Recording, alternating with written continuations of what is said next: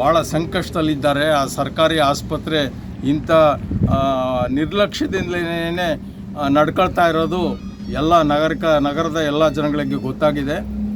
ಈ ಇಡೀ ಸರ್ಕಾರಿ ಆಸ್ಪತ್ರೆಯನ್ನು ಸರಿ ಮಾಡಿ ಬಡವರ ಪರ ಜನರ ಪರ ಕೆಲಸ ಮಾಡೋವಂಥ ಸಿಬ್ಬಂದಿಯನ್ನು ಹಾಕಬೇಕು. ತಪ್ಪು ಮಾಡಿರೋರಿಗೆ ಕಡ್ಡಾಯ ಶಿಕ್ಷೆ ಆಗಬೇಕು. ಕೊನೆಯದಾಗಿ ಅವರು ತೀರ್ಕೊಂಡಂಥ ಅವ್ರಿಗೆ ಒಂದು ಮಗು ಇದೆ, ದೊಡ್ಡ ಹೆಣ್ಮಗು ಇದೆ. ಮಗುವಿನ ಶಿಕ್ಷಣ ಮತ್ತು ರಕ್ಷಣೆ ಎಲ್ಲ ಜವಾಬ್ದಾರಿಯನ್ನು ಸರ್ಕಾರವೇ ವಹಿಸ್ಕಬೇಕು. ತುಮಕೂರಿನಲ್ಲಿ ಗುರುವಾರ ನಡೆದ ಬಾಣಂತಿ ಮತ್ತು ಅವಳಿ ಶಿಶುಗಳ ಸಾವಿಗೆ ಸಂಬಂಧಪಟ್ಟಂತೆ ಚಿಕಿತ್ಸೆ ನೀಡದೆ ನಿರ್ಲಕ್ಷಿಸಿದ ವೈದ್ಯ ಹಾಗೂ ನರ್ಸ್ಗಳನ್ನು ತನಿಖೆ ಆಗುವವರೆಗೂ ಕೆಲಸದಿಂದ ಅಮಾನತುಗೊಳಿಸಲಾಗಿದೆ. ಆದರೆ ಮತ್ತೆ ಅದೇ ಆದೇಶ ಪ್ರತಿಯಲ್ಲಿ ಜೀವನ ಭತ್ಯೆಗಾಗಿ ಖಾಲಿ ಇರುವ ಸ್ಥಳಗಳಿಗೆ ಸ್ಥಳಾಂತರಿಸಿ ಎಂದು ನೊಂದವರ ಕಣ್ಣುರಿಸುವ ನಾಟಕವಾಡುತ್ತಿದೆ ತುಮಕೂರು ಜಿಲ್ಲಾಸ್ಪತ್ರೆ. ಅದನ್ನ ಏನು ಇಂಟರ್ಪ್ರಿಟ್ ಮಾಡೋವಂಥದ್ದು, ಸ್ಟಡಿ ಮಾಡೋವಂಥದ್ದು ಅಲ್ಲಿರುವಂಥ ನರ್ಸಸ್ಸು, ಡಾಕ್ಟರ್ಸ್. ಅದು ನಡ್ಕೊಂಬರೋದೇ ಕಷ್ಟ. CCTVನ ಎಲ್ಲರೂ ನೋಡಿದ್ದಾರೆ. ಆ ರೈಲಿಂಗ್ಸ್ ಹಿಡ್ಕೊಂಡು ತಟ್ಟಾಡ್ಕೊಂಡು ವಾಪಸ್ಸು ಕೂಡ ಹೋಗಿರೋದನ್ನು ನಾವು ನೋಡಿದ್ವಿ. ಅಟ್ಲೀಸ್ಟ್ ಏನೋ ಟ್ರೀಟ್ಮೆಂಟ್ ಕೊಟ್ಟಿದ್ರೆ ಅದು ಏನಾಗೋದು ಒಳಗೆ ಗೊತ್ತಿರಲಿಲ್ಲ. ಅಟ್ಲೀಸ್ಟ್ ಟ್ರೀಟ್ಮೆಂಟ್ ಕೊಡೋ ಅಂಥ ಒಂದು ಸಂಯಮ, ಮಾನವೀಯತೆ ಇಂಪಾರ್ಟೆಂಟು, ಅದು ಇರಬೇಕಾಗಿತ್ತು. ಅದು ಇಲ್ಲದೇ ಇರೋದ್ರಿಂದ ಇವರು ಪ್ರೈಮಾ ಫೇಸಿ ಒಂದನ್ನು ನೋಡಿ ಏನು ಮಂತ್ರಿಗಳು ಡಿಸಿಷನ್ನ ತೊಗೊಂಡು ಸಸ್ಪೆಂಡ್ ಮಾಡಿದ್ದಾರೆ. ಈ ರೀತಿ ಘಟನೆಗಳು ತಿರ್ಗಾ ಮತ್ತೆ ಮರುಕಳಿಸಬಾರ್ದು. ಇಲ್ಲಿರುವಂಥ DS, DHO ಎಲ್ಲರಿಗೂ ಕೂಡ, ಅವರು ಈ ಸಂಸ್ಥೆಗೆ ಮುಖ್ಯಸ್ಥರು, ಅವ್ರಿಗೂ ಕೂಡ ಪಕ್ಕಾ ಸೂಚನೆನ ಒಂದು ಖಡಕ್ಕಾಗಿ ಸನ್ಮಾನ್ಯ ಮಂತ್ರಿಗಳು ಕೊಟ್ಟಿದ್ದಾರೆ. ಜನಪ್ರತಿನಿಧಿಗಳಾಗಿ ಬೆಳಗ್ಗೆದ್ದು ಮಂತ್ರಿಗಳಿಗೆ ಯಾವ ರೀತಿ ಅಲ್ಲೂ ಒತ್ತಡ ಇರ್ತದೋ, ಬೆಳಗ್ಗೆದ್ದು ನಮಗೆ ಒತ್ತಡ ಇದೆ. ಕಾರ್ಪೊರೇಟ್ರುಗಳಿಗೆ, ಏರಿಯಾದವ್ರಿಗೆ ಯಾರೂ ಸಿಗಲಿಲ್ಲ ಅಂದರೆ ನಮ್ಮ ಹತ್ರ ಬರ್ತಾರೆ, ಫೋನ್ ಮಾಡಿಸಿ ಇಲ್ಲಿ ಇನ್ಫ್ಲೂಯೆನ್ಸ್ ಮಾಡಿ ಟ್ರೀಟ್ಮೆಂಟ್ ಕೊಡಿಸೋಂಥ ವ್ಯವಸ್ಥೆ ನಾವು ನೋಡ್ತಾ ಇದ್ದೀವಿ. ನವೆಂಬರ್ 2ರಂದು ಜಿಲ್ಲಾಸ್ಪತ್ರೆ ತುಮಕೂರಿನಲ್ಲಿ ಅಮಾನವೀಯವಾಗಿ ಕಾರ್ಯನಿರ್ವಹಿಸುತ್ತಿದ್ದ ಸ್ತ್ರೀ ಮತ್ತು ಪ್ರಸೂತಿ ರೋಗ ತಜ್ಞರು ಡಾಕ್ಟರ್ ಉಷಾ AR ಮತ್ತು ಶುಶ್ರೂಷಾಧಿಕಾರಿಗಳಾದ ಸವಿತಾ, ದಿವ್ಯಾ ಭಾರತಿ, ಯಶೋಧ BY ಕರ್ತವ್ಯ ಲೋಪ ಹಾಗೂ ದುರ್ನಡತೆ ತೋರಿಸಿರುವುದರಿಂದ ಇವರ ವಿರುದ್ಧ ಇಲಾಖೆ ವಿಚಾರಣೆ ಬಾಕಿ ಇರಿಸಿ ಈ ತಕ್ಷಣದಿಂದ ಜಾರಿಗೆ ಬರುವಂತೆ ಸರ್ಕಾರಿ ಸೇವೆಯಿಂದ ಅಮಾನತುಗೊಳಿಸಲಾಗಿದೆ ಹಾಗೂ ಇವರ ಅಮಾನತಿನ ಅವಧಿಯಲ್ಲಿ ಜೀವನಾಂಶ ಭತ್ಯೆ ಪಡೆಯುವ ಸಲುವಾಗಿ ಲೀನನ್ನು ಜಿಲ್ಲಾ ಆರೋಗ್ಯ ಮತ್ತು ಕುಟುಂಬ ಕಲ್ಯಾಣ ಅಧಿಕಾರಿಗಳು ತುಮಕೂರು ಜಿಲ್ಲೆಯಲ್ಲಿ ಖಾಲಿ ಇರುವ ಹುದ್ದೆಗಳಿಗೆ ಸ್ಥಳಾಂತರಿಸಲಾಗಿದೆ. ಕರ್ನಾಟಕ ರಾಜ್ಯ ಸರ್ಕಾರವು ಆರೋಗ್ಯ ಪದ್ಧತಿಯಲ್ಲಿ ತಾಯಿ ಕಾರ್ಡ್, ಆಧಾರ್ ಕಾರ್ಡ್, ಪಡಿತರ ಚೀಟಿ ಇಲ್ಲದೆಯೂ ಆರೋಗ್ಯ ಸೇವೆಗಳನ್ನು ನೀಡುತ್ತಾ ಬಂದಿದೆ. ತುರ್ತು ಆರೋಗ್ಯ ಸೇವೆಯನ್ನು ನೀಡುವ ಸಂದರ್ಭದಲ್ಲಿ ಯಾವುದೇ ದಾಖಲೆಗಳು ಅವಶ್ಯವಿರುವುದಿಲ್ಲ. ರೋಗಿಯ ಯಾವುದೇ ದಾಖಲೆಯೂ ಅಂದರೆ ತಾಯಿ ಕಾರ್ಡ್, ಆಧಾರ್ ಕಾರ್ಡ್, ಪಡಿತರ ಚೀಟಿ ಇತರ ದಾಖಲೆಗಳು ಇಲ್ಲದೇ ಇದ್ರೂ ತುರ್ತು ಪರಿಸ್ಥಿತಿಯಲ್ಲಿ ಆರೋಗ್ಯ ಸೇವೆಯನ್ನು ನೀಡುವುದು ಆಸ್ಪತ್ರೆಗಳ, ಆರೋಗ್ಯ ಕೇಂದ್ರಗಳ ಆದ್ಯ ಕರ್ತವ್ಯವಾಗಿರುತ್ತದೆ. ಈ ಅಂಶವನ್ನು ಆರೋಗ್ಯ ಇಲಾಖೆಯು ಮತ್ತೊಮ್ಮೆ ಪುನರುಚ್ಚರಿಸಿದೆ. ಇಂತಹ ಘಟನೆಯು ಮುಂದಿನ ದಿನಗಳಲ್ಲಿ ಮರುಕಳಿಸಿದ್ದಲ್ಲಿ ಇಲಾಖೆಯು ಸಂಬಂಧಪಟ್ಟ ಅಧಿಕಾರಿ, ನೌಕರರನ್ನು ಸೇವೆಯಿಂದ ವಜಾಗೊಳಿಸುವುದಲ್ಲದೆ ಕ್ರಿಮಿನಲ್ ಮೊಕದ್ದಮೆಯನ್ನು ಹೂಡಲಾಗುವುದು ಎಂದು ಎಚ್ಚರಿಸಿದ್ದಾರೆ. ವಿಶೇಷ ಗಮನ ಕೊಟ್ಟು ಸಂಬಂಧಪಟ್ಟಂತ ವೈದ್ಯರ ಹತ್ರ ತಕ್ಷಣ ಚಿಕಿತ್ಸೆಯನ್ನು ಕೊಡಿಸಬಹುದು. ಅದು ಮಾಡಿಲ್ಲ. ಇದು ನಮ್ಮ THO ಮತ್ತು ಡಿಸ್ಟ್ರಿಕ್ಟ್ ಸರ್ಜನ್ನು ಸ್ಥಳಕ್ಕೆ ಭೇಟಿ ಕೊಟ್ಟಾಗ ಅಲ್ಲಿ ಪಡ್ಕೊಂಡಿರ್ತಕ್ಕಂಥ ಮಾಹಿತಿ ಆಧಾರಿತವಾಗಿ ನಾನು ಹೇಳ್ತಾ ಇದ್ದೀನಿ. ಹಾಗಾಗಿ ಮೇಲ್ನೋಟಕ್ಕೆ ಸರ್ಕಾರಕ್ಕೆ, ನನಗೆ ಜಿಲ್ಲಾಧಿಕಾರಿಗಳಿಗೆ, ಪೊಲೀಸ್ನ ಮುಖ್ಯ ಅಧಿಕಾರಿಗಳಿಗೆ ಮತ್ತು ಇಲ್ಲಿನ ಜಿಲ್ಲಾ ಶಸ್ತ್ರಚಿಕಿತ್ಸಾ ಅಧಿಕಾರಿಗಳು ಇವರೆಲ್ಲರ ಒಂದು ಮಾಹಿತಿಯನ್ನು ನಾನು ಪಡ್ಕೊಂಡಾಗ ಮೇಲ್ನೋಟಕ್ಕೆ ಹೆರಿಗೆ ವಾರ್ಡ್ನಲ್ಲಿ ಕೆಲಸ ನಿರ್ವಹಿಸ್ತಾ ಇದ್ದಂಥ 3 ದಾದಿಯರೇನಿದ್ದಾರೆ, 3 ನರ್ಸಸ್, ಅವ್ರ ಮೇಲೆ ನನಗೆ ಏನು ಅವರು ಕರ್ತವ್ಯ ಲೋಪವನ್ನು ಎಸಗಿದ್ದಾರೆ ಅನ್ನೋಂಥದ್ದು ನನಗೆ ನಿಖರವಾಗಿ ಅರ್ಥ ಆಗಿದೆ. ಅದೇ ರೀತಿ ಅಲ್ಲಿನ ಡ್ಯೂಟಿ ಡಾಕ್ಟರು ಕೂಡ ಇದ್ದರು. ಅವರು ಕೂಡ ಇವರೇನು ಹೇಳಿದ್ರು ಕೂಡ ಇಲ್ಲ, ನಾನು ಒಂದ್ಸಲಿ ಟೆಸ್ಟ್ ಮಾಡ್ತೀನಿ ಅಂತ ಹೇಳಿ ಅವರಾದರೂ ಕರ್ಕೊಂಡು ಬರಬೇಕಾಗಿತ್ತು. ಅವ್ರಿಗೂ ಕೂಡ ಮೇಲ್ನೋಟಕ್ಕೆ ಕೆಲವೊಂದು ಕಡೆ ಕರ್ತವ್ಯ ಲೋಪ ಆಗಿದೆ. ನಮಗೆ ಅನಿಸಿಕೆ ನೋವಿನಿಂದ ಹೇಳಬೇಕಾಗಿದೆ. ಇವತ್ತು ನಾನಂತೂ ದಿಗ್ಭ್ರಮೆಗೆ ಒಳಗಾಗಿದ್ದೇನೆ. ಈ ವಿಷಯ ನನಗೆ ತಿಳಿದ ಕೂಡಲೇ ಅಲ್ಲಿಂದ ಇಲ್ಲಿವರೆಗೂ ಕೂಡ ಆಹಾರ ಕೂಡ ಸೇವನೆ ಮಾಡಲಿಕ್ಕಾಗಿದೆ. ಅದಕ್ಕೆ ತಕ್ಷಣ ನಾನು ಇದಕ್ಕೆ ಬಂದಿದ್ದೇನೆ. ಈ 3 ಮೇಲೆ ಮತ್ತು ಆ ಡ್ಯೂಟಿ ಡಾಕ್ಟರ್ ಯಾರಿದ್ರು, ಈ 4 ಜನರ ಮೇಲೆ ಪೆಂಡಿಂಗ್ ಎನ್ಕ್ವೈರಿಯನ್ನು ಇಟ್ಟಿರ್ತಾರೆ ಅವ್ರನ್ನ ತಕ್ಷಣ ಜಾರಿಗೆ ಬರುವಂತೆ ಅಮಾನತು ಮಾಡಿದ್ದೀವಿ. ಮತ್ತು ಅಮಾನವೀಯವಾಗಿ ನಡೆದುಕೊಂಡ ಆರೋಗ್ಯ ಅಧಿಕಾರಿಗಳನ್ನ ಜೀವನ ಭತ್ಯೆಗಾಗಿ ಖಾಲಿ ಇರುವ ಸ್ಥಳಗಳಿಗೆ ಸ್ಥಳಾಂತರಿಸಿ ನೊಂದವರ ಕಣ್ಣೊರೆಸುವ ನಾಟಕವಾಡುತ್ತಿದೆ ತುಮಕೂರು ಜಿಲ್ಲಾಸ್ಪತ್ರೆ. ವರದಿ ಮಂಜುನಾಥ್ ಎಂಎನ್, ತುಮಕೂರು.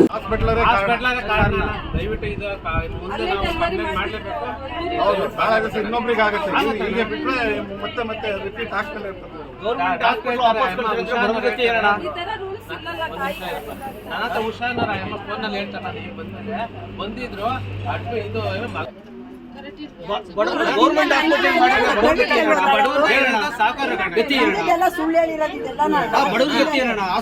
ಹಾಸ್ಪಿಟಲ್ ಮಾಡಿದ್ರೆ ಎಮರ್ಜೆನ್ಸಿ ಆದಾಗ ಹಂಗೆ ಡಾಕ್ಟರ್ ಮನೆ ಒಳಗೆ ಈ ತರ ಆಗ್ಬಿಟ್ರೆ ಅವ್ರ ಹಂಗೆ ಬಿಟ್ಬಿಡ್ತಾರ, ದುಡ್ಡು ಇರೋರೇ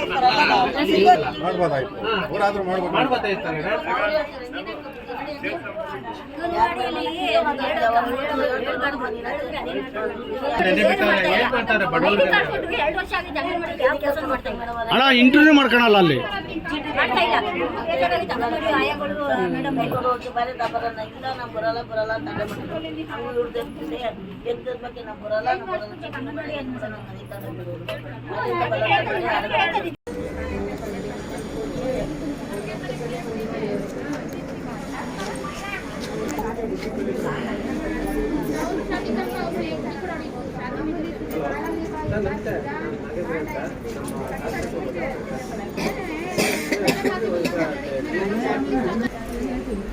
ಹೇಳ್ತಾಳೆ, ನಾನೇನು ಮಾತಾಡಿ ಚುಟ್ಟಿ ಸುಮ್ಮನೆ ಹೇಳಿದೆ ಚೇಂಜ್ ಮಾಡಬೇಕು ಅಷ್ಟು ಒಂದು ಐಡಿ ಕಾರ್ಡ್ ಮಾಡೋದು ಬೇರೆ ಕೆಲಸನೂ ಮಾಡಿಸ್ಕೊಡ್ತಾ ಒಂದು ಬೇರೆದ ಪ್ರೆಗ್ನೆಂಟ್ ಇದ್ರೆ ಅವ್ರು ಯಾಂತರಾಗಿರ್ಲಿ ಬರ್ಕೊಬೇಕು ಅಂಗನವಾಡಿ. ಅಯ್ಯೋ ಕೇಳ್ತಾಳೆ ಊರು ಕೇರಿ ಜಗಳ ಮಾಡಿದಾಗ ಇನ್ನೊಂದು ಹೇಳ್ತಾರೆ ಯಾತ್ರೆಗಳು ಅಂಗನವಾಡಿ ದರಿದ್ರದ್ದು ಬಿಟ್ಟು ಅವ್ರಿಗೆ ಜೀವನದಲ್ಲಿ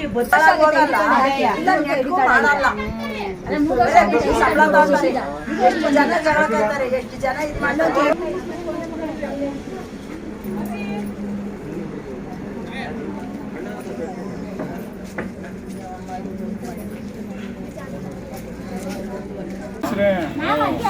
ಸೇರ್ಕೊಂಡು ಎಲ್ಲ ಇದು ಮಾಡ್ತಿದ್ವಿ ಪಾಪ. ನಾವು ಏಮನ್ ಕೇಳಿದ್ರು ಕೊಡಲ್ವಲ್ಲ. ಕೇಳೋದೇ ತಪ್ಪು. ಅವರು ಕೇಳ್ಬೋದು, ಇಲ್ಲ ಅಂದ ಕ್ಷಣಕ್ಕೇನೆ ಅವ್ರಿಗೆ ರಿಜೆಕ್ಟ್ ಮಾಡೋದು. ಹೌದೇನಮ್ಮ?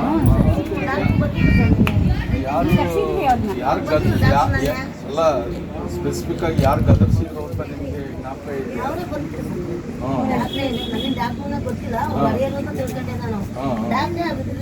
ಬೆಂಗಳೂರಿಗೆ ಕಳಿಸ್ತೀನಿ ಬಿರಸಿತಮ್ಮ ಅಂದು.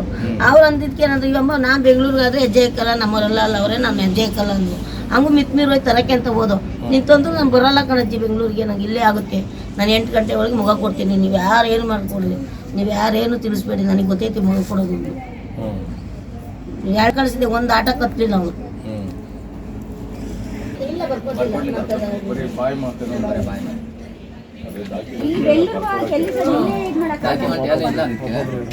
ನಮ್ಮ 5 ಜನ ಅಕ್ಕ ಹಿಂದಿರಾಗ 5 ಜನ ನಮಗೆ ಯುವತಿ ಮಾಡಿದ್ರು. ನನ್ನ ಗಂಡ ನೇನು ಹಾಕ್ಯಂಡು ಸತ್ತೋದ. ಗಂಡ ಸತ್ತೋದ್ಮೇಲೆ ಇಲ್ಲಿ ನನಗೆ ಕೇಳಿದ್ರು ಚೈನಾಪು ಅಂತ. ಅಲ್ಲೇರೆಲ್ಲ ಏನಂದ್ರು ನೀವು ಹೋಗು, ಇಲ್ಲೇನು ಇತ್ತು ಅತ್ತಾಗ ಎಲ್ಲರೂ ಇದ್ದು ಮಗ ಎತ್ಕೊಂಡು ಇಜ್ಜಿ ಬಾ ಎಲ್ಲರೂ ಕೊಟ್ಕೊಂಡು ಇರ್ತಿದ್ದು ಗಲಾಟೆ ಮಾಡಿ ಅಲ್ಲಿ ಏರಿಯಾದವ್ರು ಕಳಿಸಿರಂತಿತ್ತು ತುಮಕೂರು ಕಡೆಗೆ. ಗೊತ್ತಿಲ್ಲ, ಏನು ಹೇಳಿಲ್ಲ, ನಾವು ಕೇಳಿದ್ಕೊಳ್ಳಿ ಏನು ಬಿಟ್ಕೊಳ್ಳಿಲ್ಲ ನಮಗೆ. ಆ ಬಸ್ ಸ್ಟ್ಯಾಂಡಿಂದ ಈ ಜವರಪ್ಪ ಅಂತಾರೆ ಯಾರೋ ಕರ್ಕೊಂಬಂದವ್ರೆ, ಕರ್ಕೊಂಬಂದು ಹಳ್ಳಿ ಮರ ಐತಲ್ಲ ಮರ, ಆ ಮರದಡಿಗೇನೋ ಕುಂತಿದ್ಲಂತೆ. ಇನ್ನೊಬ್ರು ಕೈ ಸಿಗಾಕೊಂಡು ಅವಮ್ಮಂತ ಒಂದು 8 ದಿವಸ ಹಂಗೆ ಹಿಂಗೆ ಕತೆ ಹಾಕಿತ್ತು. ಅವ್ರದ್ದೇನೋ ನಂಗೆ ವೈರಾ ಕಾಲೇಜಿ, ನಂಗೇನೋ ಒಂಚೂರು ಊಟ ಕೊಡಜ್ಜಿ, ಮಳೆ ಹಣಿತಾ ಐತೆ, ಜಾಗ ಇಲ್ಲ ಅಂತ. ಯಾರ ಮನೆಗೆ 2 ದಿವಸ ಮನಗಿಸ್ತೇನೆ ನಾನು, ಇಲ್ಲಿ ಹೋಗಿ ಮನೆಗೆ ಹೋಗೋವಂತ. 2 ದಿವಸ ಆದ್ಮೇಲೆ ಅವ್ರಿಗೆ ಎಷ್ಟು ದಿನ ಅಂತ ಕೊಡ್ತಾರೆ, ನಾವು ಇವ್ರನ್ನ ಕೇಳಿ ದಾರಿ ಮಾಡ್ತೀವಿ. ಹೆರಿಗೆ ನೋವು ಬಂದಿದೆ ಮೇಡಮ್ ಅವ್ರಿಗೆ, ಆದರೆ ಅವಳು ಹೇಳ್ತಾಳೆ ನಡೀರಿ ಆಚಿಕೆ ಅಂದರು. ಅವ್ಳಿಗೆ ಬರೋಕ್ಕಾಗಲ್ಲ ಮೇಡಮ್ ಅವ್ರೆ, ಅದು ನಿನ್ನ ನಡಿ ಆಚಿಕೆ ಅಂದರು. ಹಂಗಂದ್ರು ಆಚೆಗೆ ಹೋಗಿ ಕಳಿಸ್ತೀವಿ ಅವಳನ್ನ. ಅವಳು ಹೇಳಿ ಅಂತ ಹೇಳಿಳು, ನನಗೆ ಕಾರ್ಡು ಪಾಡು ಎಲ್ಲ ಕೇಳಿದ್ರು, ನನ್ನ ಹತ್ರ ಏನೂ ಇಲ್ಲ ಅಂತವಳು ಯಮಗ. ಅದಂತ ಆಸ್ಪತ್ರೆದು ಹೇಳೋದು ಏನಿದೆ ಸರ್, ತಾಯಿ ಕಾರ್ಡು ಇಲ್ಲ, ಆಧಾರ್ ಕಾರ್ಡು ಇಲ್ಲ ಅಂತ ಅವಳು ಹೇಳಿಳು. ಹಂಗಂತದ್ಮೇಲೆ ಇಲ್ಲೇನು ಆಗಲ್ಲ, ಬೆಂಗಳೂರಿಗೆ ಹೋಗು ಅಂದರು. ಬೆಂಗಳೂರು ನಾವು ನೋಡಿಲ್ಲ ಅಂತ 1-2 ಮಾತಾಡಿದ್ಕೆ ಕಾರ್ಡ್ ಬರ್ಸ್ಕೊಂಡು ಹೋಗಮ್ಮ ಅಲ್ಲಿ ಅಂದರು. ಕಾರ್ಡ್ ಬರ್ಸ್ಕೊಂಬರೋಕ್ಕೆ ನನಗೆ ನಡೆಯೋಕ್ಕೂ ಆಗ್ತಿರಲಿಲ್ಲ ಬಿಡಿ. ಅವಳೇನಂದ್ಲು, ನಾನು ಬರೋಲ್ಲ ನಾನು ಬೆಂಗಳೂರು ಪೇಟೆಗೆ ಅಜ್ಜನೇ ಕಲಜ್ಜಿ, ನೀವು ಬರಬೇಡ ಅಜ್ಜಿ, ನನಗೆ ಗೊತ್ತೈತೆ ಮಾಡ್ಕೊಳೋದು ಅಂತ. ಅಲ್ಲೂ ಚಂಡಿ ಮಾಡಿಳು, ಆಟನೇ ಹತ್ತಲಿಲ್ಲ. ಹಂಗೂ ಬಲಂತ ಮಾಡಿ ಕುಂಡ್ರಿಸ್ಕೊಂಡಾದ್ಮೇಲೆ ನಾನು ಇಲ್ಲೇ ಬಿಟ್ಟೋಗೋಜಿ, ನಾನು ಮಾಡ್ಕೊಳೋದು ನನಗೆ ಗೊತ್ತೈತೆ ಅಂತ ಅಲ್ಲೂ ಚಂಡಿ ಮಾಡಿಳು. ಅಲ್ಲಿಂದಲೂ ಕರ್ಕೊಂಬಂದಾದ್ಮೇಲೆ ಮಂತ ಕರ್ಕೊಂಬಂದು ನಾನು ಅಂಗಡಿ ತಗೋಗಿ ಅನ್ನ ಮಾಡಿ ಅವಳಿಗೆ ಏನೋ ಒಂದು ಇರೋದೊಂದು ಸಾರು ಮಾಡಿ ಕಟ್ಕೊಳಿಸ್ದೆ. ಉಂಡಿದ್ರು, ಬಂದು ಕೇಳಿದ್ ಊಟ ಮಾಡಿರ ಅಂದೆ, ಊಟ ಮಾಡಿದ್ದೀನಿ ಅಂದ್ಲು. ಬಿಟ್ಟು ಮಂತಕ್ಕೆ ಹೋಗಿ ತಿರ್ಗಾ ಜೀರಿಗೆ ಕಾಫಿ ಕಾಸು ಬಂದು ಕೊಟ್ಟೆ. ಇಲ್ಲೊಂದು 2-3 ಕೊಟ್ಟರು, ಅದನ್ನೂ ಕುಡ್ದ್ಲೋ ಅಲ್ಲೇ ಇಕ್ಕಿದ್ಲೋ ಗೊತ್ತಿಲ್ಲ, ನಾವೆಲ್ಲ ಕಾಸು ಕೊಟ್ಟು. ಆಮೇಲಿಂದ ಏನು ಮಾಡಿದೆ, ಹೋಗಿ ಒಂದು 5-6 ಸಲ ಬಂದು ಹೋಗಿ ಸಾಕಾಯಿತು. ಸಾಯಂಕಾಲ ಅವಳು ಏನೇ ಒಳಗೆ ಅಜ್ಜಿ ಹಾಕಿರು ಬಿಟ್ಕೊಂತಿರಲಿಲ್ಲ ಅವಳು. ಬರಬೇಡ ನೀವು ಹೋಗ್ರಿ, ನಮ್ಗೆ ಗೊತ್ತೈತೆ ನಾವು ಮಾಡ್ಕೊಳೋದು, ಹೋಗ್ರಿ ಅಂತ ಎಲ್ಲರನ್ನೂ ಚಂಡಿ ಮಾಡೋಳು ಸರ್. ಒಂದು 10-12 ಜನ ಬೈದು ಬಿಟ್ಟವಳು ಅವಳು. ನಾವು ಬಯಸ್ಕೊಂಡಿದ್ದೀವಿ ಇಲ್ಲ ಅನ್ನಲ್ಲ. ಆಮೇಲೆ ಹಿಂದೆ ಮಾಡ್ಕೊಂಡು ಇನ್ನೊಂದು 4 ಗಂಟೆ ಹೊತ್ತಿಗೆ ಬರೋದಕ್ಕೆ ಒಂದು ಮಗು ಕೆಳಗಡೆ ಬಿದ್ದಿತ್ತು. ನಾವು ಅವಾಗಲೂ ಹೆಜ್ಜೆ ಹಾಕೋರು, ನನಗೆ ಗೊತ್ತೈತೆ ನಂಗೆ ಶಕ್ತಿ ಬೀಳುತ್ತೆ, ಇನ್ನೊಂದು ಮಗು ಇಲ್ಲ, ಸುಮ್ಮನೆ ನಾಟಕ ಮಾಡ್ತೀರ, ಹೋಗಿ ನೀವು ಅಂತ ಗಾದ್ರಿಳು. ಆಮೇಲೆ ಬರೋ ಹೊತ್ತಿಗೆ 7 ಗಂಟೆ ಹೊತ್ತಿಗೆ ಕಾಪಿ ಗೊತ್ತೇ ನಾನು ಬಿದ್ದಿದ್ಲು. ನಗರದ ಭಾರತೀಯ ನಗರದಲ್ಲಿ ಒಂದು ನಾಗರಿಕ ಸಮಾಜನೇ ತಲೆ ತಗ್ಗಿಸುವಂಥ ಅಮಾನವೀಯವಾದಂಥ ದುಃಖಕರ ಪ್ರಸಂಗ. 35 ವರ್ಷದ ಮಹಿಳೆ ಗರ್ಭಿಣಿ, ಯಾವುದೇ ದಾಖಲೆ ಇಲ್ಲ ಅಂತೇಳಿ ಸರ್ಕಾರಿ ಆಸ್ಪತ್ರೆ ಅವ್ರನ್ನ ನಿರ್ಲಕ್ಷ್ಯ ಮಾಡಿ ಆಸ್ಪತ್ರೆಗೆ ಸೇರಿಸೋದಿಲ್ಲ, ಹೆರಿಗೆ ಮಾಡೋಕ್ಕಾಗೋದಿಲ್ಲ ಅಂತೇಳಿ ಡಾಕ್ಟ್ರು ಅಮಾನವೀಯವಾಗಿ ನಡ್ಕೊಂಡದ್ರಿಂದ ಅವರು ಇವತ್ತು ಮನೆಯಲ್ಲೇ ಹೆರಿಗೆ ಆಗಿ ಆಕೆ ಮತ್ತು ತಾಯಿ ಮತ್ತು ಮಕ್ಕಳು ಮೃತ್ಯು ಆಗಿದ್ದಾರೆ. ಅದು ಸರ್ಕಾರಿ ಆಸ್ಪತ್ರೆ ಯಾರ ಪರವಾಗಿ ಯಾರಿಗೆ ಕೆಲಸ ಮಾಡುತ್ತೆ ಅನ್ನೋದು ತೋರಿಸುತ್ತೆ. ಇದರ ನಡುವೆ ಸ್ಲಮ್ ಜನಾಂದೋಲನ ಕಾರ್ಯಕರ್ತೆಯರು ಆಮೇಲೆ ನೆರೆಯವರೆಲ್ಲ ಸೇರಿ ಅವರಿಗೆ ಸೂಕ್ತ ಮಾನವೀಯ ರಕ್ಷಣೆಯನ್ನು ಮತ್ತು ಸಹಾಯವನ್ನು ಮಾಡಿ ಮೆರೆದಿರುವಂಥದ್ದು ಶ್ಲಾಘನೀಯ. ಸರ್ಕಾರಿ ವೈದ್ಯರು ಯಾವುದೇ ದಾಖಲೆ ಇಲ್ಲ ಅಂಥೇಳಿ ಆ ಗರ್ಭಿಣಿಯ ಸ್ಥಿತಿ ನೋಡಿ ಕೂಡ ನಿರ್ಲಕ್ಷ್ಯ ಮಾಡಿರೋವಂಥದ್ದು ಅಮಾನವೀಯ. ಅವ್ರ ಮೇಲೆ ಒಂದು ಕ್ರಿಮಿನಲ್ ಮೊಕದ್ದಮೆಯನ್ನು ದಾಖಲು ಮಾಡಬೇಕು. ಕ್ರಿಮಿನಲ್ ಮೊಕದ್ದಮೆಯನ್ನು ದಾಖಲು ಮಾಡಿದಾಗ ಇಂಥ ಕೆಲಸಗಳನ್ನು ಮುಂದೆ ಯಾರು ಸರ್ಕಾರಿ ನೌಕರು ಮಾಡಬಾರ್ದು ಅನ್ನೋ ಎಚ್ಚರಿಕೆ ಇರ್ತದೆ. ಇದಕ್ಕೆ ಸಂಬಂಧಪಟ್ಟ ಸಿಬ್ಬಂದಿ ಯಾರ್ಯಾರು ಅವ್ರ ಜೊತೆ ಹೋಗಿದ್ದಂಥ ನೆರೆಹೊರೆಯ ಮಹಿಳೆಯರನ್ನು ಕೂಡ ಅವರು ಬೈದು ಹೊರಗೆ ಅಟ್ಟಿದ್ದಾರೆ. ಅಂದರೆ ಈ ಯಾವುದೇ ಒಂದು ಭೂಮಾಲೀಕರು ಅಥವಾ ಬಂಡವಾಳಶಾಹಿಗಳು ಆಸ್ಪತ್ರೆ ಥರ ಸರ್ಕಾರಿ ಆಸ್ಪತ್ರೆ ನಡ್ಕೊಂಡಿದೆ. ಇದು ಸರ್ಕಾರ ಇಂಥ ವೈದ್ಯ ಸಿಬ್ಬಂದಿಯನ್ನು ಇಟ್ಕೊಂಡಿರೋದು ಕೂಡ ಸರ್ಕಾರಕ್ಕೂ ಕೂಡ ಒಂದು ಮರ್ಯಾದೆ ತರುವಂಥ ಕೆಲಸ ಅಲ್ಲ.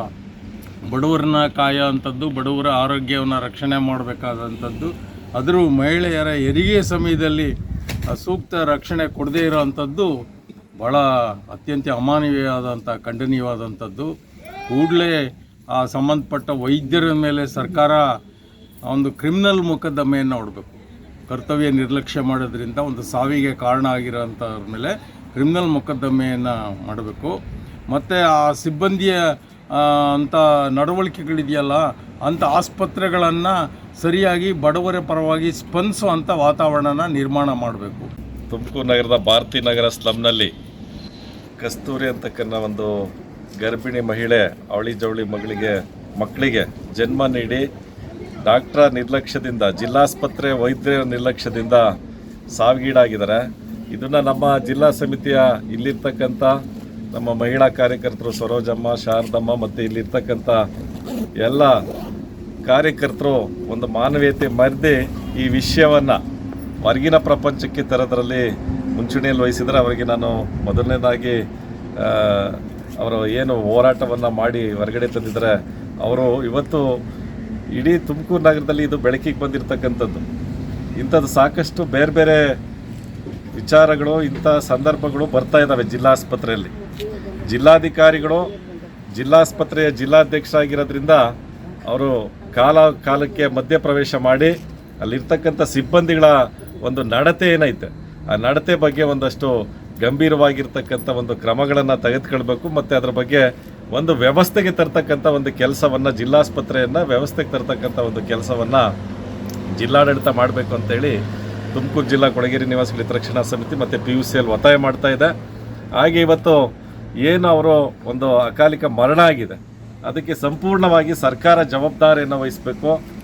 ಆ ತಪ್ಪಿತಸ್ಥರಿಗೆ ಈಗಾಗಲೇ ಒಂದು ಆರೋಗ್ಯ ಸಚಿವರ ಸೂಚನೆ ಮೇರೆಗೆ ಅವರಿಗೆ ಅಮಾನತು ಮಾಡಿರ್ತಕ್ಕಂಥದ್ದು ಅಥವಾ ಸಸ್ಪೆಂಡ್ ಮಾಡಿರ್ತಕ್ಕಂಥದ್ದಿದೆ.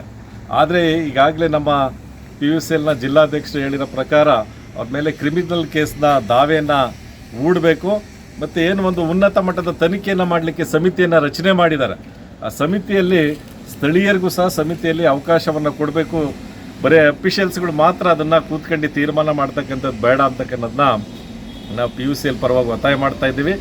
ಮತ್ತು ಅದು ಪರಿಶಿಷ್ಟ ಜಾತಿಗೆ ಸಂಬಂಧಪಟ್ಟಿರ್ತಕ್ಕಂಥವ್ರಾಗಿದ್ದರೆ ಆ ಮಹಿಳೆಯ ಬಗ್ಗೆ ಇನ್ನೂ ವಿವರವಾಗಿರ್ತಕ್ಕಂಥ ಮಾಹಿತಿಯನ್ನು ಜಿಲ್ಲಾಡಳಿತ ಸಂಗ್ರಹ ಮಾಡ್ತಾ ಇದೆ.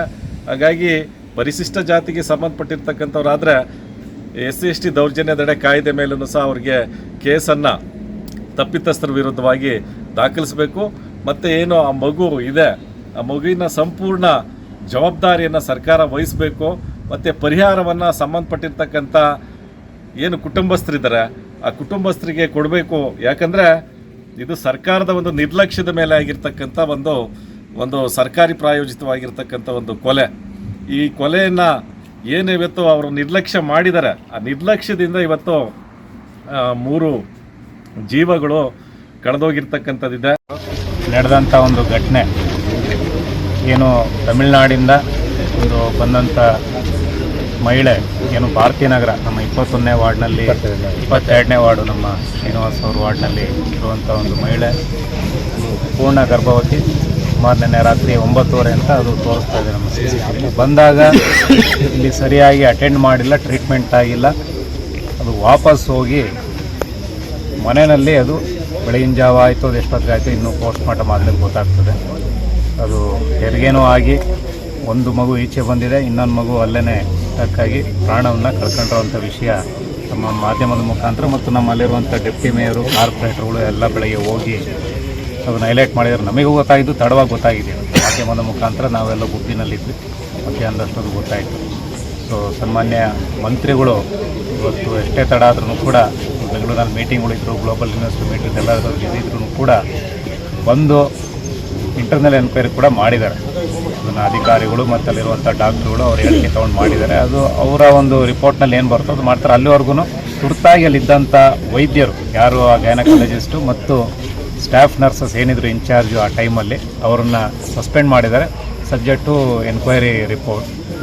ಮತ್ತು ಒಂದು ತುರ್ತು ಆರ್ಡ್ರನ್ನು ಕೂಡ ಮಂತ್ರಿಗಳು ನಿಮ್ಮೆಲ್ಲರ ಮುಂದೆನೂ ಕೂಡ ಹೇಳಿದ್ದಾರೆ. ಏನು ರಾಜ್ಯಾದ್ಯಂತ ಎಲ್ಲರೂ ಕೂಡ ಯಾರೇ ತುರ್ತು ಚಿಕಿತ್ಸೆ ಅಂತ ಬಂದಾಗ, ಎಮರ್ಜೆನ್ಸಿ ಸರ್ವಿಸ್ ಬಂದಾಗ ಅವ್ರಿಗೇನು ಡಾಕ್ಯುಮೆಂಟ್ಸು, ನ್ಯಾಷನಾಲಿಟಿ ಮತ್ತೊಂದು ಏನೂ ಕೇಳಬಾರ್ದು. ಚಿಕಿತ್ಸೆ ಕೂಡ ಜವಾಬ್ದಾರಿ ಸರ್ಕಾರಿ ಆಸ್ಪತ್ರೆಯಲ್ಲಿರುವಂಥ ಸಿಬ್ಬಂದಿ ವರ್ಗದ್ದು. ಮತ್ತು ಯಾವ ರೀತಿ ಹಿಂದೆ ಡಾಕ್ಟ್ರುಗಳು ಸ್ಟ್ರೈಕ್ ಮಾಡಿದರು ಹಿಂದೆ, ಅಂದರೆ ಕೆಲವರು ಅನ್ರೂಲಿ ಕ್ರೋಡ್ ಹೋಗಿ ಯಾವ್ದಾರ ಹೆಚ್ಚು ಕಮ್ಮಿ ಆದಾಗ ಅವರಿಗೆ ಅಸಾಲ್ಟ್ ಮಾಡಿರೋದು, ಡಾಕ್ಟರ್ ಸೇಫ್ಟಿಗೆ ಒಂದು ಆರ್ಡರ್ಸ್ ಪಾಸ್ ಮಾಡಿದ್ರು. 6 ವರ್ಷ ಇಂಪ್ರಿಸನ್ಮೆಂಟ್ ಯಾರನ್ನ ಡಾಕ್ಟ್ರುಗಳ ಮೇಲೆ ಡ್ಯೂಟಿ ಇರುತ್ತಾ ಮಾಡೋಂಥ ಅಂತ. ಈಗ ಈಕ್ವಲೆಂಟು ಮಾಡಿದ್ದಾರೆ. ಡಾಕ್ಟ್ರುಗಳು ಜವಾಬ್ದಾರಿ ಇದ್ಮೇಲೆ ಡ್ಯೂಟಿ ಮಾಡಬೇಕಾದ್ರೆ ಯಾರನ್ನ ಪೇಷಂಟ್ ಬಂದಾಗ ಇವರೇನಾರ ಡ್ಯೂಟಿ ಡೆರಿಲಿಕ್ಷನ್ ಆಗಿದ್ದರೆ ಅವ್ರ ಮೇಲೂ ಕೂಡ ಸಸ್ಪೆನ್ಷನ್ ಡ್ಯೂಟಿಯಿಂದನೂ ಆಚೆಗೆ ಹಾಕಬೇಕು, ಅಂದರೆ ಸಬ್ಜೆಕ್ಟ್ ಎನ್ಕ್ವೈರಿ, ಮತ್ತು ಅವರಿಗೆ ಕ್ರಿಮಿನಲ್ ಮೊಕದ್ದಮೆ ಮಾಡಬೇಕಂತಲೂ ಕೂಡ ಅದನ್ನು ಚಿಂತನೆ ಮಾಡಿದ್ದಾರೆ. ಅದನ್ನು ಖಂಡಿತವಾಗಿಯೂ ಇದರಲ್ಲಿ ಮಾಡ್ತಾರೆ. ಅಂದರೆ ಪೇಷಂಟ್ಸ್ಗೂ ಬರೋವಂಥವ್ರಿಗೆ ಏನಾರ ಡ್ಯೂಟಿಲಿರುವಂಥ ಸಿಬ್ಬಂದಿ ವರ್ಗ, ಅವರು ಮೇನ್ ಡಾಕ್ಟರ್ಸೇ ಇರ್ಬೋದು, ಇಲ್ಲ ಸಪೋರ್ಟಿಂಗ್ ಸ್ಟಾಫ್ ನರ್ಸಸ್ ಇರ್ಬೋದು, ಅವ್ರ ಮೇಲೂ ಕೂಡ ಆ್ಯಕ್ಷನ್ ಆಗುವಂಥ ಒಂದು ವ್ಯವಸ್ಥೆ ಈಗ ಕಾನೂನು ಒಂದು ಮಸೂದೆ ಪಾಸ್ ಮಾಡಿ, ಅದು ಬಿಲ್ ಪಾಸ್ ಮಾಡಿ, ಅದು ಆ್ಯಕ್ಟ್ ಆಗಿ ಪರಿವರ್ತನೆ ಮಾಡುವಂಥ ಕೆಲಸ ನನ್ನ ಲೆಕ್ಕ ಡಿಸೆಂಬರಲ್ಲಿ ಮಾಡ್ತಾರೆ. ಅದನ್ನು ಮಂತ್ರಿಗಳು ನಿಮ್ಮ ಮುಂದೆ ಹೇಳಿದ್ದಾರೆ. ಇಂಥ ಒಂದು ಯಾವುದೇ ಕೂಡ ಘಟನೆಗಳು ನಡೆಬಾರ್ದು. ನಮಗೆ ಆ ಫೋಟೋ ನೋಡಿದಾಗ ನಮಗೆ ಬೇಜಾರಾಯಿತು. ನಾನು ಫೋಟೋ ನೋಡಿರಲಿಲ್ಲ. ಇವತ್ತೆಲ್ಲ ಬೆಳಗ್ಗೆಯಿಂದನೂ ಪ್ರೋಗ್ರಾಮ್ಗಳು ಬೆಳಗ್ಗೆ 9:30 ಹೋದೋನಾಚೆ ನಾನು ಬಂದಿದ್ದು 4:45 ಗಂಟೆಗೆ. ನಮ್ಮ ಸನ್ಮಾನ್ಯ ಉಪಮೇಯರು ಇವರೆಲ್ಲ ನಮ್ಮ ಶ್ರೀನಿವಾಸು ಮತ್ತು ಶ್ರೀನಿವಾಸ್ ಎಲ್ಲರೂ ಕೂಡ ಫೋನ್ ಮಾಡಿ ಹೇಳಿದಾಗ ಎಂಟೈರ್ ವ್ಯವಸ್ಥೆ ಇದೇನಿದೆ ರಾಜ್ಯಾದ್ಯಂತ, ನಿಮ್ಮ ಒಂದು ರಿಪೋರ್ಟ್ರು ಕೂಡ ಅವರ ಮನೆಯವ್ರನ್ನ ಹೆರಿಗೆ ಮಾಡಿದಾಗ ಏನಾಯಿತು ಅಂತಲೂ ಕೂಡ ಮಂತ್ರಿಗಳ ಮುಂದೆ ಹೇಳಿದ್ದಾರೆ. ಈ ವ್ಯವಸ್ಥೆ ಸರಿ ಹೋಗಲಿಲ್ಲ ಅಂದರೆ ಜನ ದಂಗೆ ಎದ್ದೇಳ್ತಾರೆ ಖಂಡಿತವಾಗಿಯೂ. ಇವತ್ತು ಈ ಪೇಷಂಟು ನಮ್ಮೂರಿಗೆ ಸಂಬಂಧ ಇಲ್ಲ, ಏನಾದ್ರು ಸ್ವಲ್ಪ ಸಂಬಂಧ ಇದ್ದಿದ್ರು ಇಲ್ಲಿ ಒಂದು 5-6 ರಿಸರ್ವ್ ಆಗಬೇಕಿತ್ತು ಪೊಲೀಸ್ನವ್ರು.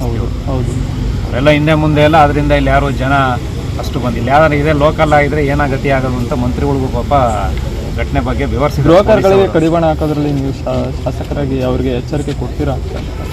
ಖಂಡಿತವಾಗಿ ಇದು ನೋಡಿ, ಇದು ಎಲ್ಲರಿಗೂ ಕೂಡ ದೊಡ್ಡ ಎಚ್ಚರಿಕೆ ಗಂಟೆ. ಸಾಕಷ್ಟು ಸಣ್ಣ ಪುಟ್ಟವಾಗಿದ್ದಾವೆ ಈ ರೀತಿ ಇನ್ಸಿಡೆಂಟ್ಗಳು. ತಾವು ಮೀಡಿಯಾದಲ್ಲಿ ಎತ್ತಿಡ್ದಿದ್ದೀರಾ, ನಾವು ಬಂದಿದ್ದೀವಿ.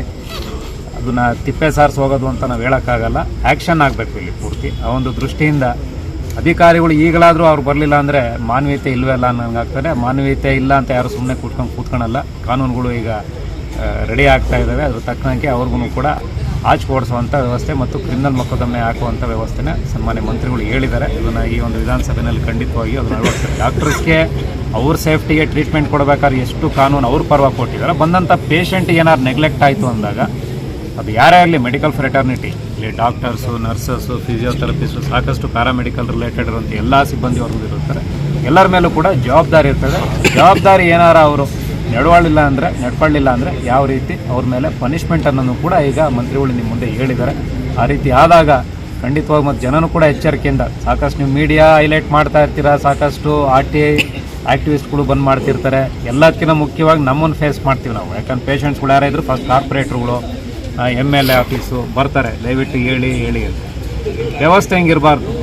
ಯಾರೇ ಹೋದರೂ ಕೂಡ ಟ್ರೀಟ್ಮೆಂಟ್ ವಿತೌಟ್ ಎನಿ ಇನ್ಫ್ಲುಯೆನ್ಸ್ ಸಿಗುವಂಥ ವ್ಯವಸ್ಥೆ ಹಾಸ್ಪಿಟ್ಲಲ್ಲಿ ಆಗಬೇಕು.